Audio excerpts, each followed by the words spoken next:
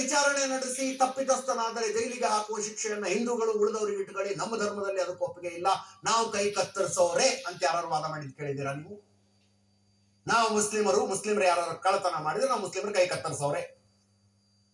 ಅತ್ಯಾಚಾರ, ಪೊಲೀಸರು FIR ದಾಖಲು ಮಾಡಿ ಆರೋಪಿನ ನ್ಯಾಯಾಲಯದಲ್ಲಿ ಪ್ರೊಡ್ಯೂಸ್ ಮಾಡಿ ವಿಚಾರಣೆ ನಡೆಸಿ ವಾದ ಪ್ರತಿವಾದಗಳು ನಡೆದು ಅತ್ಯಾಚಾರ ಸಾಬೀತಾದ್ರೆ ಗಲ್ಲು ಶಿಕ್ಷೆನೋ ಜೀವಾವಧಿ ಶಿಕ್ಷೆನೋ 10 ವರ್ಷ ಜೈಲು ಅದನ್ನು ಕೋರ್ಟ್ ಡಿಸೈಡ್ ಮಾಡೋದು. ಅದೆಲ್ಲ ಹಿಂದೂಗಳಿಗಿರ್ಲಿ. ನಮ್ಮ ಧರ್ಮದ ಪ್ರಕಾರ ನಮ್ಮ ಶರಿಯಾದಲ್ಲಿ ಬರೆದಿದೆ, ಅತ್ಯಾಚಾರ ಮಾಡಿದವ್ರನ್ನ ನಡುಬೀದಿಯಲ್ಲಿ ನಾವು ತಲೆ ಕತ್ತರಿಸೋದು, ಹಾಗೆ ನಾವು ಮಾಡೋದಕ್ಕೆ ನಮ್ಗೆ ಅವಕಾಶ ಸಿಗಬೇಕು ಭಾರತದಲ್ಲಿ ಅಂತ ಯಾರು ವಾದ ಮಾಡಿದಾರೆ ಇನ್ನು ತನಕ? ಕ್ರೈಮ್ ಅಂತ ಬಂದ್ರೆ uniform criminal code okay. Civil matters ಅಂತ ಬಂದ್ರೆ, ಮದುವೆ ಅಂತ ಮಾಡಿದ್ರೆ 4 ಮದುವೆ ಮಾಡ್ಕೋಬೇಕು ಅಂತ ಬರೆದಿದೆ ನಮ್ಮ ಶರೀರದಲ್ಲಿ. ಹೆಂಡತಿನ ಬಿಡುವಾಗ ಮೇಂಟೆನೆನ್ಸ್ ಎಲ್ಲ ಕೊಡೋ ಪದ್ಧತಿ ನಮ್ಮಲ್ಲಿ ಇಲ್ಲವೇ ಇಲ್ಲ. ದತ್ತಕ್ಕೆ ತಗೊಳ್ಬಾರ್ದು ಅಂತ ಬರೆದಿದ್ದಾರೆ ನಮ್ಮ ಶರೀರದಲ್ಲಿ. ಹೆಣ್ಣು ಮಕ್ಕಳು ಗಂಡು ಮಕ್ಕಳಿಗಿಂತ ಅರ್ಧ ಮಾತ್ರ, ಗಂಡು ಮಕ್ಕಳಿಗೆ ಸಿಕ್ಕ ಆಸ್ತಿ ಅರ್ಧ ಮಾತ್ರ ಹೆಣ್ಣು ಮಕ್ಕಳಿಗೆ ನಮ್ಮ ಶರೀರದಲ್ಲಿ ಬರೆದಿದ್ದಾರೆ. ಈಗ ಹೆಂಗಿದು ಲೆಕ್ಕಾಚಾರ ಅಂತ ಅಮಿತ್ ಶಾ ಕೇಳಿದ್ರು.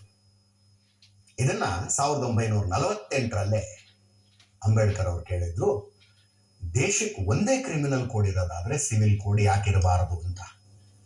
ಈಗ ನೀವು ಯೂನಿಫಾರ್ಮ್ ಸಿವಿಲ್ ಕೋಡ್ ತಂದ್ರೆ ಅಂಬೇಡ್ಕರ್ಗೆ ಅವಮಾನ ಮಾಡ್ದಂಗೆ ಅಂತ ಕಾಂಗ್ರೆಸ್ನವರು ಹೇಳ್ತಾ ಇದ್ದಾರೆ. ಆಕ್ಚುಲಿ ನೋಡಿ, ಸಂವಿಧಾನದಲ್ಲಿ ಯೂನಿಫಾರ್ಮ್ ಸಿವಿಲ್ ಕೋಡ್ 1948 ತರಕ್ಕಾಗ್ಲಿಲ್ಲ. ಯಾಕೆ? ಕಾರಣಗಳಿದಾವೆ. ಕಾರಣಗಳನ್ನ ಹೇಳ್ತೀನಿ ನಾನು. ಕೆಲವು ನಿರ್ದಿಷ್ಟ ಕಾರಣಗಳಿಗಾಗಿ ಆವಾಗ ತರಕ್ಕಾಗ್ಲಿಲ್ಲ.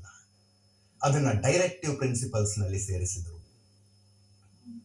ಸರಿಯಾದ ಸೂಕ್ತ ಸಮಯ ಸಂದರ್ಭ ನೋಡಿಕೊಂಡು ದೇಶ ಇದನ್ನು ಮಾಡಬೇಕು ಅಂತ ಕೆಲವೊಂದನ್ನು ಬರೆದಿಟ್ರು ಸಂವಿಧಾನ ನಿರ್ಮಾತೃಗಳು. ಅದರಲ್ಲಿ ಸೇರಿಸಿದ್ರು. ಅದನ್ನ ಮುಂದೊಂದು ದಿವಸ ಸಮಯ ಸಂದರ್ಭ ನೋಡ್ಕೊಂಡು ಇದನ್ನ ಮಾಡಿ ಅಂತ ಸಂವಿಧಾನದಲ್ಲಿ ಬರೆದಿಟ್ರು. ಅದರಲ್ಲಿ ಯೂನಿಫಾರ್ಮ್ ಸಿವಿಲ್ ಕೋಡ್ ಇದೆ. ಕಾಂಗ್ರೆಸ್ನವರು ಹೇಳ್ತಾ ಇದ್ದಾರೆ, ಅಂಬೇಡ್ಕರ್ಗೆ ಅವಮಾನ ಮಾಡ್ತೀರಿ ನೀವು ಇದನ್ನ ತಂದ್ರೆ ಅಂತ, ಸಂವಿಧಾನಕ್ಕೆ ಅವಮಾನ ಮಾಡ್ತೀರಿ, ಅಪಚಾರ ಮಾಡ್ತೀರಿ ಅಂತಿದ್ದಾರೆ. ಬ್ರೇಕ್ ಆದ್ಮೇಲೆ ಅದ್ರ ಬಗ್ಗೆ ಮಾತಾಡೋಣ.